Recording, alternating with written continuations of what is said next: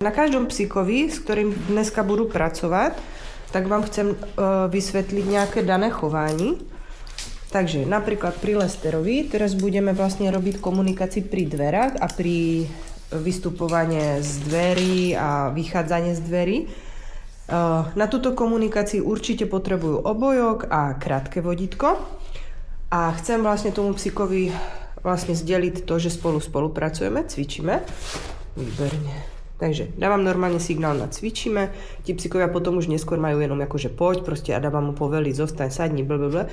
Ale než sa to ten pejsek naučí, takže teraz by som chcela kontrolu na dvere, to znamená, že kontrola na dvere znamená, že pes ví, že cez dvere sa dostane pouze v prípade, pokiaľ do tých dverí sám dobrovoľne nepôjde.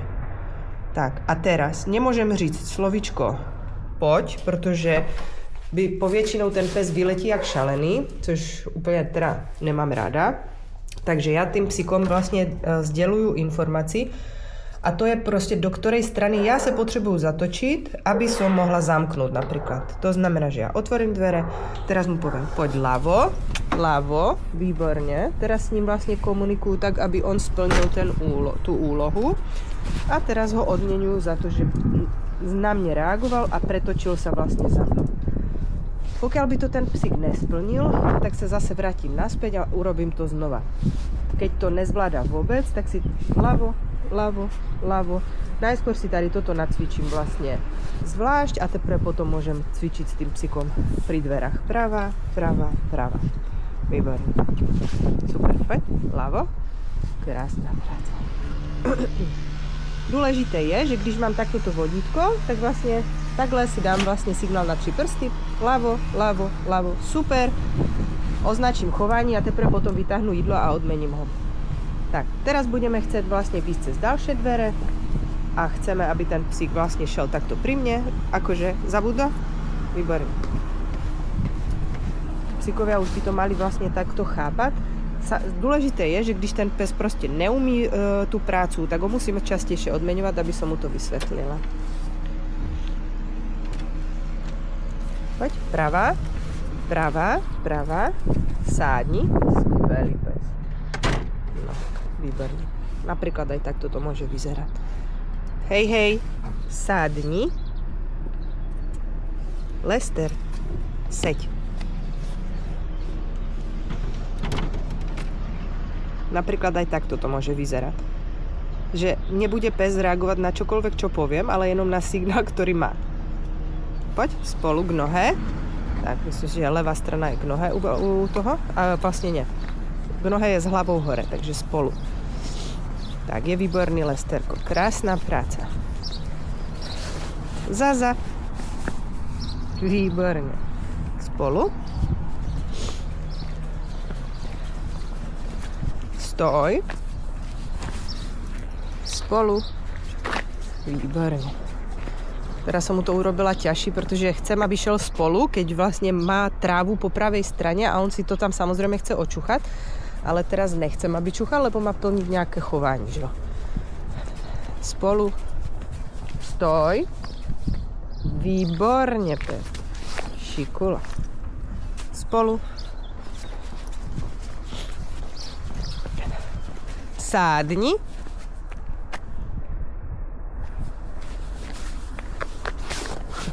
Teraz som ho prekvapila zase, což je dobré dělat, protože vlastně ten pes má reagovat na povel a ne se domnívat. Spolu. No ty jsi šikovný. Ne, to ještě není, že jsi šikovný a můžeš si jít dělat. Ale Lester, pojď naspäť. Tak, už mi tam chybuje příliš moc, takže si to chcem zopakovat ještě jedno. Ľavo a spolu.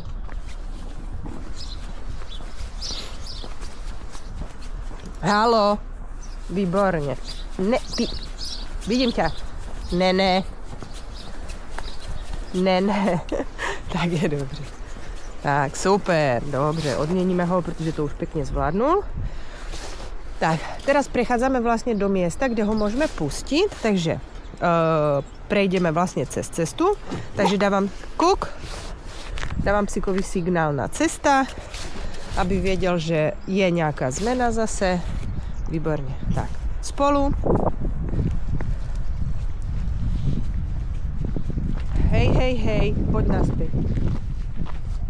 Tak zase porušil pravidlo, odišiel od tej nohy, takže sa vraciam a skúsim to znova. Lebo zase si myslel, že si tam môže ísť dačo očúchať. Spolu.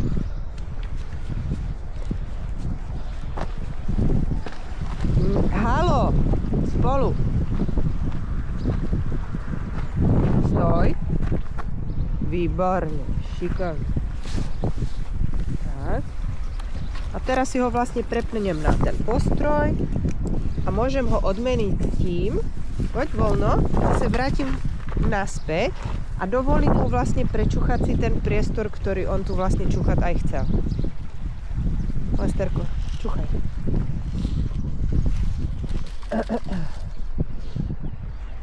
Takže najskôr ho učím nejakú náročnosť, že chcem, aby si okolo tohto priestoru prešiel a až potom si ho môžeš prečúchať. Niekedy ho tam môžem pustiť ešte skôr, hrajú si s tou variabilitou, ale skúste sa vyvarovať veciam, že děláte všetko pořád stejne, protože ten pes vám potom nebude schopný to udělat jinak, lebo vy ho to tím, že zopakujete to, prostě žijete s tým psom a vy to zopakujete prostě, ja neviem, za mesiac to zopakujete 3-krát pri venčení, tak to máte 3x30 opakovaní, což je brutálne veľa opakovaní. Tak v tom prípade už ten pes to bere ako za svoje a už si myslí, že to nemá vypadať inač a je ťažké mu to prepísať. Tak zase sme teda, má vlastne teraz Lester voľno, takže sa snažíme, aby nedošiel na konec toho vodítka. Takže když trošku poťahne, tak si přidám, lebo psi samci v podstate sa snaží vždycky ísť ku takým tým klasickým bodom, kde vlastne každý chčie, tak on sa tam potrebuje vlastne dostať, tak sa snažím tie body vlastne dodržiavať aj ja, aby som nemusela pořád zase se stávať do toho vodítka, hej. To je proste dôležité, lebo ako náhle vy toho psa furt nejakým spôsobom omedzujete, tak ten pes sa neučí, že je obmedzený, ale učí sa pretláčať furt to vodítko. Furt. Cesta, poď naspäť. Lester, super. Super. Tak, to bola moje chyba, neskôr som zareagovala. Super, poď. Spolu. Výborne. Tak, môžeme si natočiť teda aj krásny prechod okolo psíka. Takže vlastne psíka som si dala automaticky na pravú stranu, aby tú situáciu celú zvládnul a krmím hodne. To znamená hrst jedla v ruke. Super. Krásna práca. Super. To je pes. Super. Šikovne. Výborne. Krásna práca. Tak, hľadaj. A zbytek granulek takto rozhodím, aby som si zase toho psa dostala do stavu pokoja. Lester nám teraz začal dosť vrčať na psíky druhé, ale tým, že som vlastne celú tú situáciu zabezpečila dřív, než vôbec začal niečo vyšpekulovávať, tak sme vlastne udržali emoce na správnej miere. No, Lester sa nám aktívne vykakal, takže vám chcem teraz ukázať ďalšiu vec, ktorou určite so psami robím. A to je to, že keď chcem pozbierať hovienko, tak nemám toho psa takto na voľno, pretože ako náhle sa sústredíte na čokoľvek iné, tak za prvé môže tu byť niekto, kto proste príde, môže to byť pes, môže to byť človek, ktorého váš pes môže obťažovať, což samozrejme nechcem. A druhá vec je, že je dobré mať toho psa pod kontrolou, aby nám neutekol, alebo aby my, keď ho mám na vodíku, tú ruku napríklad. Lester, u mne. Výborne. To znamená, že ja si ho musím niekde poblíž toho hovienka vlastne spratať. Sadni. Môžem si to vodítko takto vlastne... Hej. Sadni. Vodítko si môžem takto podchytiť, aby som vlastne mala voľné obie dve ruky. Vyťahnem si sáčok.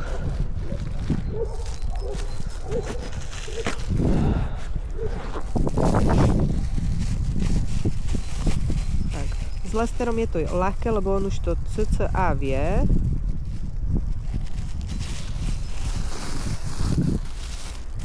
Výborný, sadni. Stále na ňo ale môžem rozprávať samozrejme. Sadni. keď chcete sa od toho psíka zrovna hýbnúť, je voči nemu fér mu to zase znovu zopakovať. Takže sadni, začnú sa hýbať, začnú vlastne zbierať hovienko, vrátim sa ku psu a odmením. Za každou odmenou hovorím zase sadni, zase ten povel musím zopakovať, lebo veľakrát robíme to, že dávame psíkom odmenu a automaticky ten cvik rušíme.